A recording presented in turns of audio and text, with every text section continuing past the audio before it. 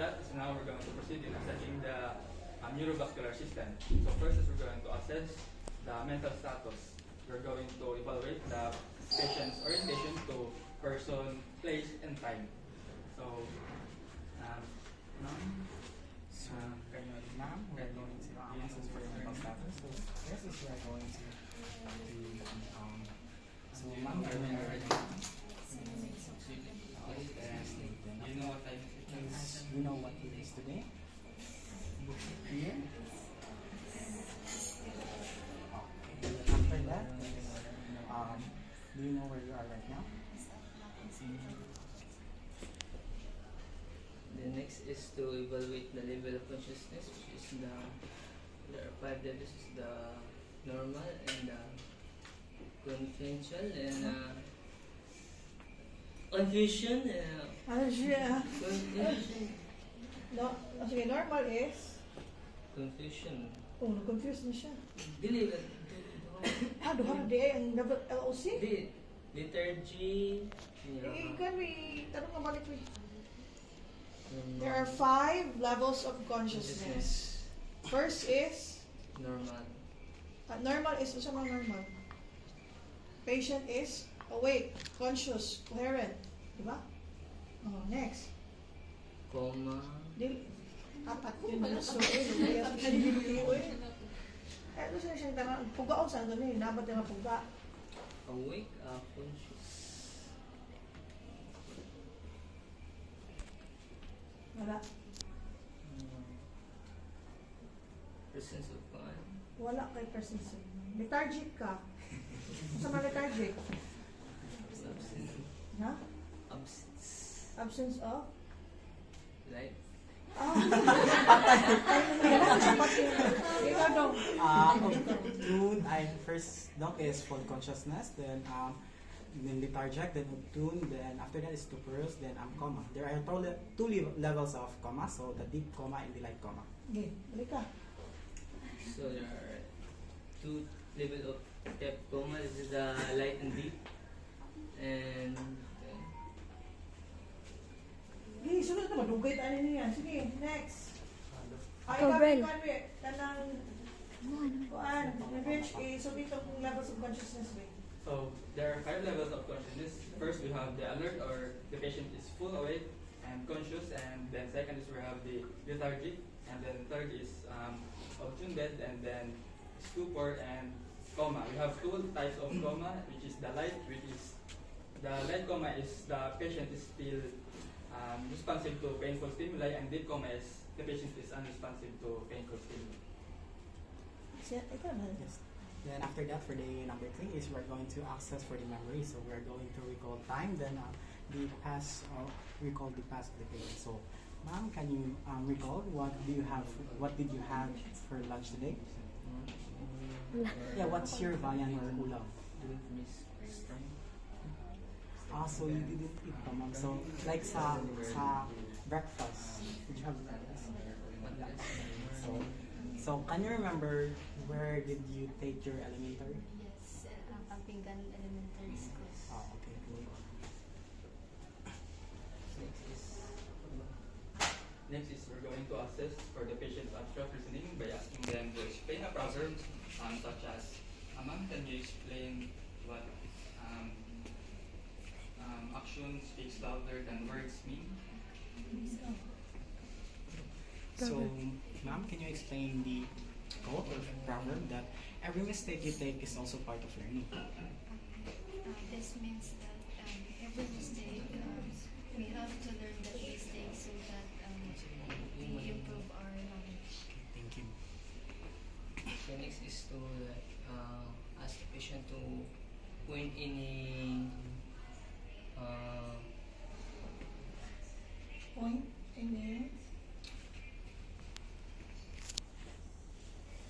mga words like Ang patient, ano point? ako yung point to. Sige.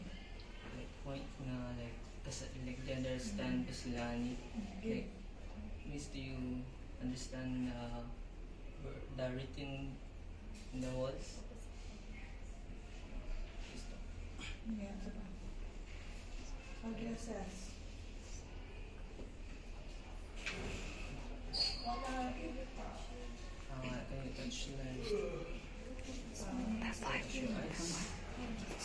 Miss, can you raise your arm?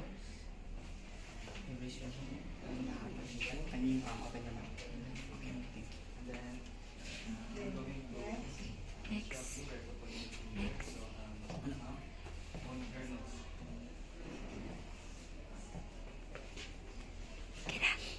So after that is we're going to test for the cranial nerve function. So first we're going to test for the olfactory. So we're going to test for the smell. So Miss, first we are going to ask the patient to close their eyes, then include one nostril, then we're going to make the patient smell different smells such as chocolate, coffee, and alcohol, and then after that is we're going to repeat it to the other nostril. So, but I have right now is there are 2 items only. So, before I proceed to the performing, I'm going to explain.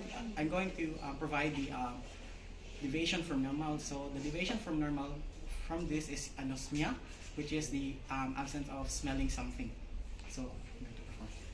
So, Miss, can you close your eyes and conclude your nostril? So, okay, thank you, Miss. Can you smell this things and identify Can you close your eyes?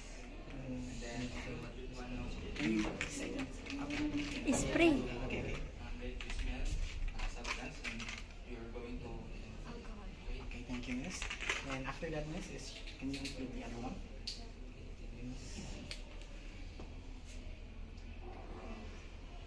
Perfume. Okay, thank you, Then Miss. close your eyes. Then occlude the other nostril.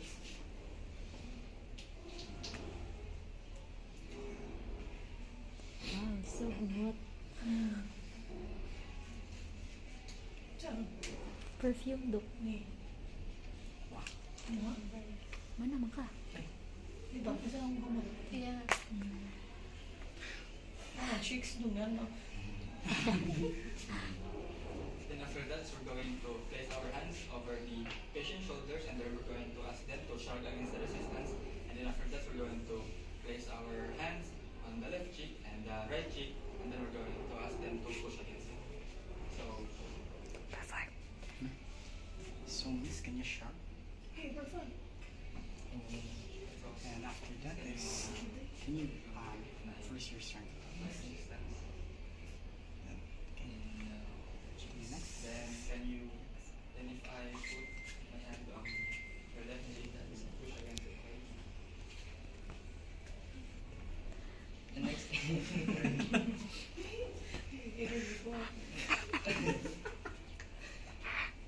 next is inspect the patient's neck mobility by asking the patient to turn his chest into the each shoulder and to the then for each ear to the each corresponding shoulder, and ask the patient to tip the head back as far as possible. So, Miss, can you read your neck? Can you touch your chin? And your chest, Miss? And your left shoulder? Your chin to And each your shoulder. right? And for the ear? And then your ear. Okay, for the ear, can you touch it? Yeah. Then the next one. Then can you tip your head back as far as Tip possible? your head back as far as Okay, possible. thank you. And after that is we are going to instruct the patient to close their eyes for the going to close the eyes of the patient to ask the patient to identify the objects such as key placing in the patient hand. So we're going to do it one arm at a time. So the deviation from normal is this is astereognosis, if I'm right. Kasi, kita na yun kasi yung nilapag. close. Can you close your eyes, please? Can you raise your okay. You can feel the object, so can you identify what it is? Yes. Okay, thank you, Miss. Then can you raise your arm? Can you? Okay, thank you, Miss. Yes.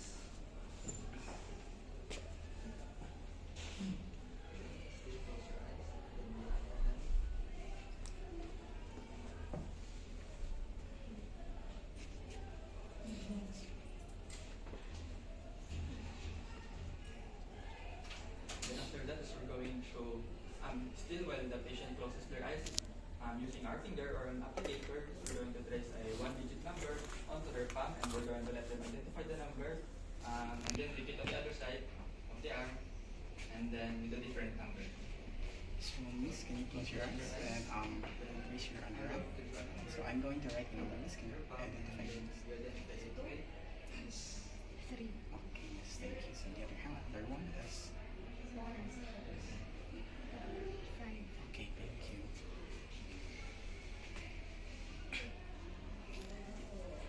Next is proceed to the deep endometrium. Discuss to. What's it called? What do you call? Raphistiche. Graphisticia.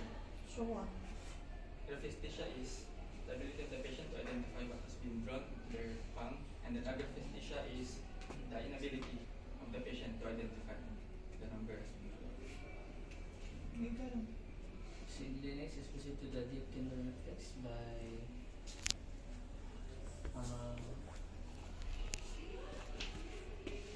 on the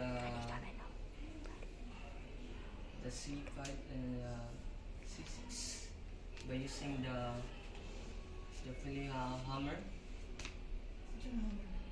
and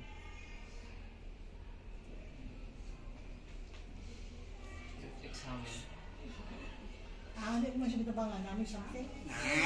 Oh. Pero madali ito. Hindi yan, kayo sa ito pag-iba, huwag ka mga siya, hindi mo gitagluan. Uy, barko. Barko. Sa may crush. Wala na ba? Oo na, sige, crush.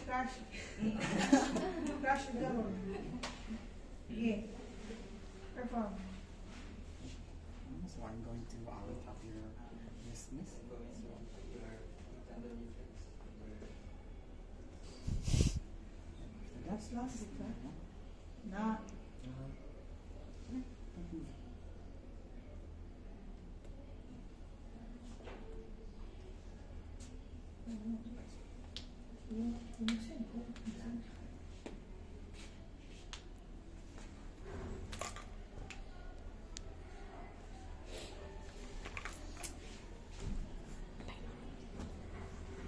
And after that is we are going to place our finger in the antecubital area of the patient. So we are going to tap it with a flex hammer, then repeat it to the other side.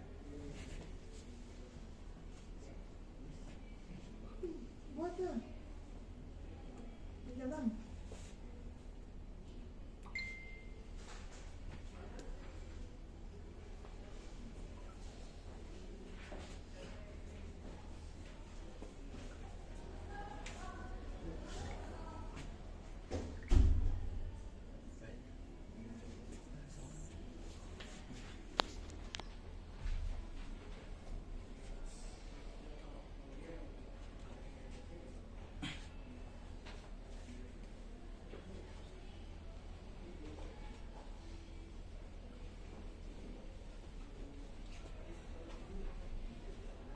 Then after that, we're going to place our fingers over the triceps tendon area, and then we're going to tap it with the reflex hammer, and then on the other side.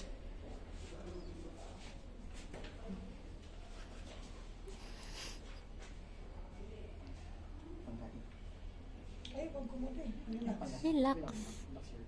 Suko ka niya.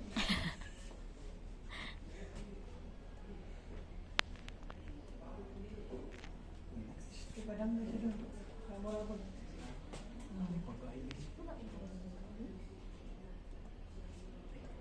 Ha? Sakit mo? Die, directly, die. Die. Wala? Die, directly. Parang mo siya ng... Kisa, hindi sa gina. Kaya? Kita discuss na. Ikaw? O what? Nerve? The nerve that we are assessing in the triceps tendon area is the cervical 7 and 8. Sige, discuss ko ang vertebrae column. Spinal cord. What composes the spinal cord? Naabit ko gapon sa Tutuki. Nakakagapon? Nado Tingga. Lingkod. sa Philip. Sige, so... Ang sabat ng iyong cord.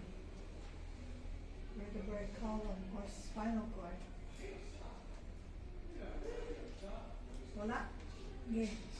for the cervical is 8. Then after that is the thoracic is for 12. Then after is lumbar is 5. Then sacral is 5. Then coccygeal is 1. Ah, Number what? Cervical. ha? Halika. Lumbar 5. Hindi, in order lagi. Dali na in order. In order. Dito na ka? Kasi mo yung cervic. Kasi mo yung Cervical Ah, okay. 5. 5 lang imo. Cervical is 8. Good. Lumbar is 5. Dito na lumbar. Hawak ka dito. Hindi lang yung gamot.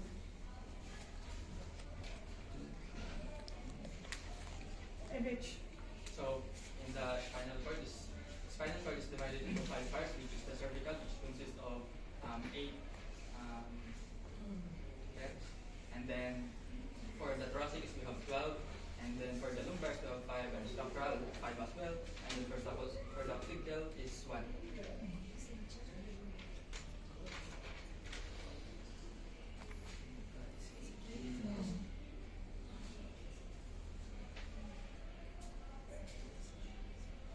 Okay.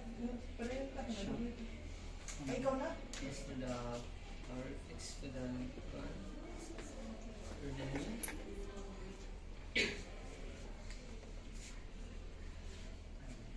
mo ikaw? This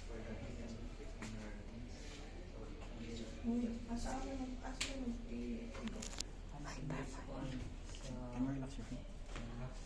Where? Palmar.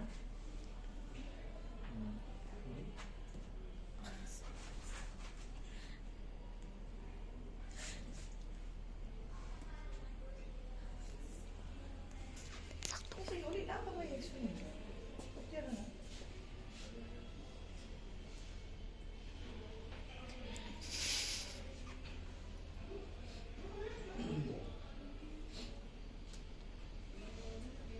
Okay, next. So that is we are going to tap for the Achilles. So we are going to tap it with the flex hammer, then repeat it to the other side also. Bata na, Rich.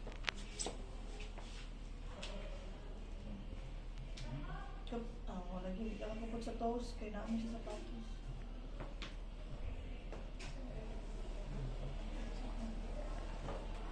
Pwede ka lang doon. Tanong ko.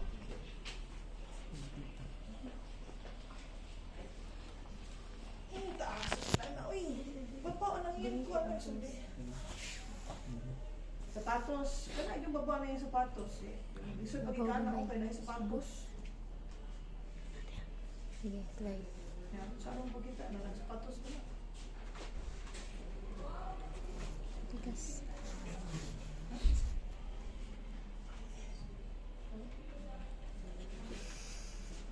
Si Paan, alam. Discuss. What nerve? The nerve included is the S1 and S2 dock. Katong patella din, kaya wa man siya naka-search patella. What nerve? Patella dock is L2 to L2 up to L4. Kaya gabi So another first stroke. After that, we're going to stroke the sole of the patient's foot using the end of the reflex hammer handle or any hard objects, and then repeat on that.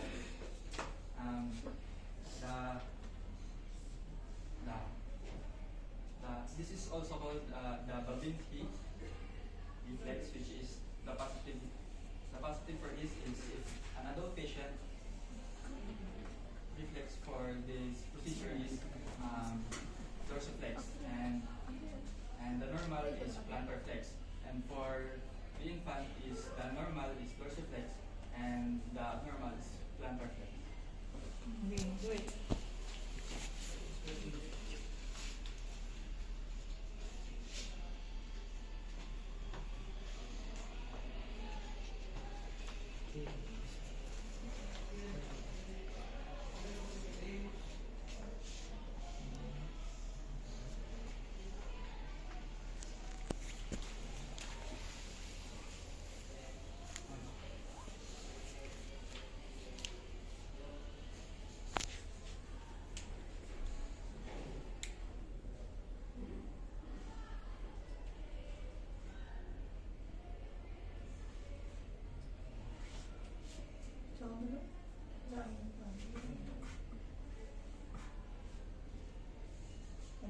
RJ.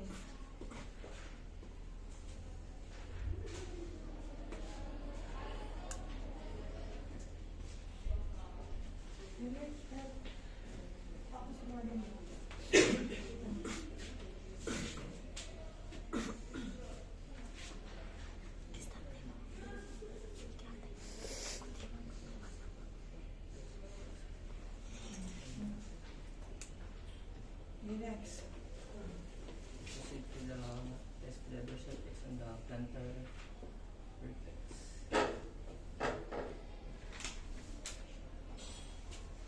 So this can for the just reflexes you're going to like this your one Diba tayo mo gado? Power to lang. Wala, For may joint the pa plantar dyan. Nasa flex? joint pa. Isa mo lang diba? Ginamas. Wala, dyan po. Ano mo na? Equal resistance niya. So, kung saan ay nag-iana niya? Kung saan type of flexion?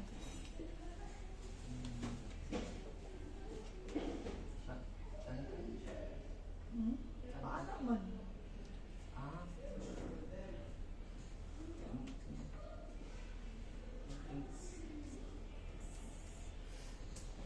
Yun yung tawag ano? What do you call that? When you push upward. The toes. Oh, what did you do? Ask the patient to do the dorsiflex and plantar flex while I'm both. So when you, so what do you call that? Oh, sige. Dorsiflex ka na. Oh, di ba? Dorsiflex.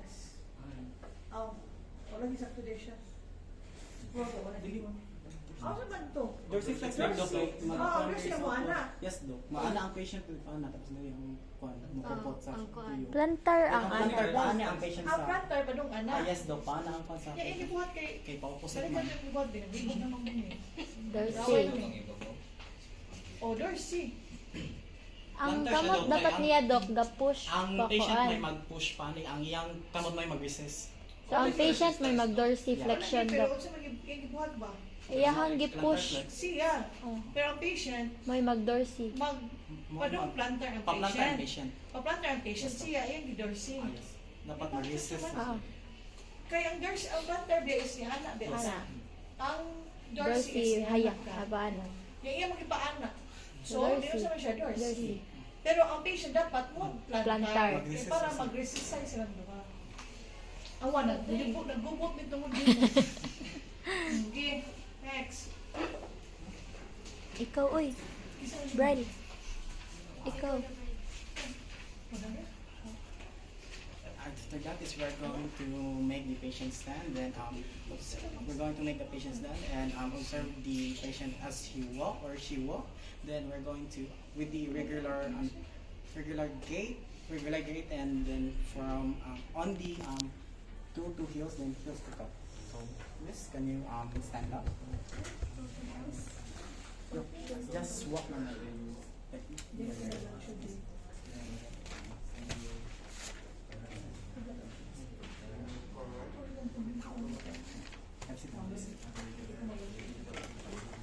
And then when you go back, walking your heel. And then forward with your toes.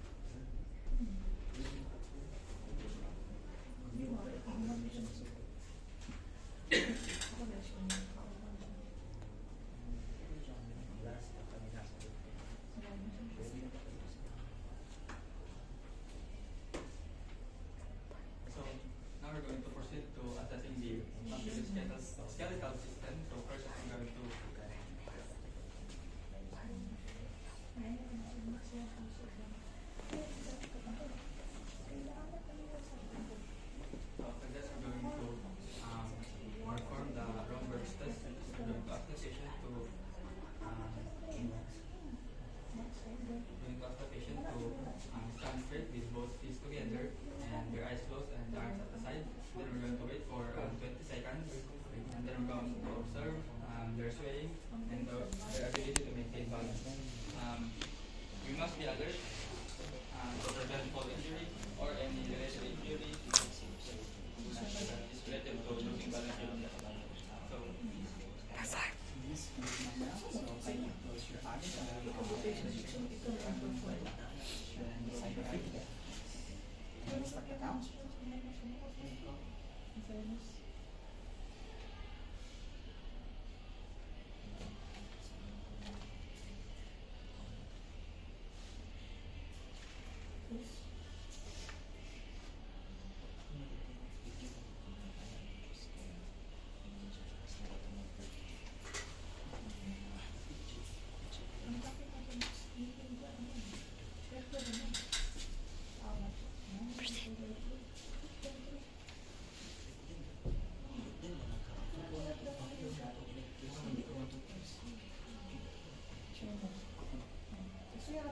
After that is we are going to proceed to the musculoskeletal. So we are going to ask the patient to straighten their arm, then turn the palm of the patient to a supination inclination rapidly. So yes, can you place your arm like that? Then can you turn it? Can you do it rapidly? Flex the upper of the arms and by applying pressure.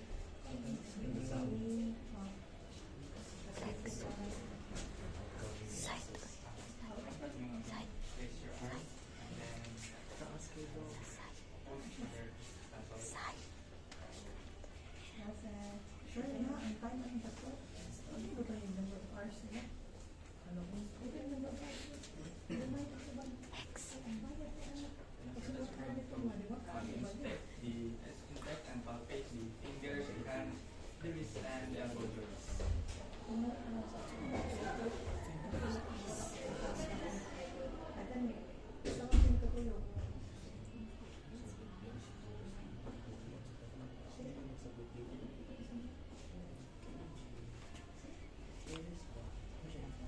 And after that, so we're going to ask the patient to squeeze our two fingers. So this is the grip strength. So this is normal for the patient that has stroke. So this can you squeeze by two fingers.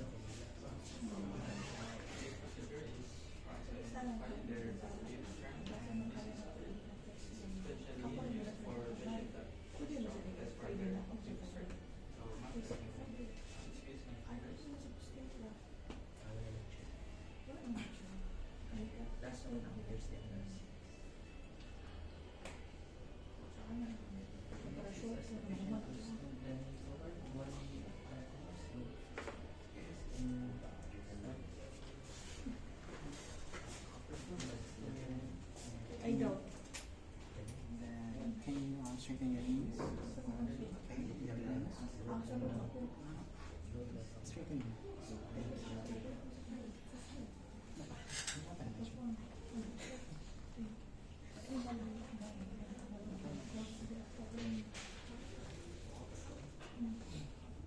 Then after this, we're going to ask the patient to move their one leg laterally with knees straight.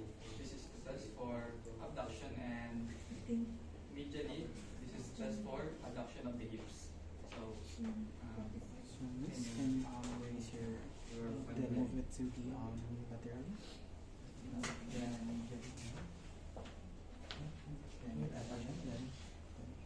back. And the other one is then move it away and back. Hindi din siya. Mahimik siya doon kay kanang kuan ba? Kanang malingkod ko kanang. Bantayan ninyo. Makita ko maglaklak ko mga kabay.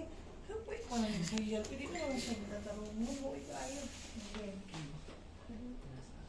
And after that is you are going to ask the patient to raise the knee. Then we're going to raise the knee. Then we're going to pull the leg outward. Then against the opposing force. Then pull the leg. Then for the patient is pull the leg and the out backward. Then as the opposing pose. Then do it with one leg at a time. Can you sit down, please? Like, so can you like go this okay, this way. Okay, miss. And after that here, let's push up. Okay. Where is it? And here. And this is here. Okay. So after the procedures, we're going to assist the patient into a comfortable position. Very comfortable. Then after that, we're going to perform hand hygiene. Then after performing hand hygiene, we're going to document the findings of this assessment. That's all. Thank you. After that, Glass pulling. Ikaw eh. Oh, dili siya pa din. Sorry. Okay. the third procedure is to assist the patient to proper position and So, comfortable position. So now you know you are comfortable. You perform an hygiene. Then document the findings of the procedure. Then after that is you are going to reposition the patient to a comfortable position. So now, okay. Then after that is we are going to perform hand hygiene and document all the findings. Okay.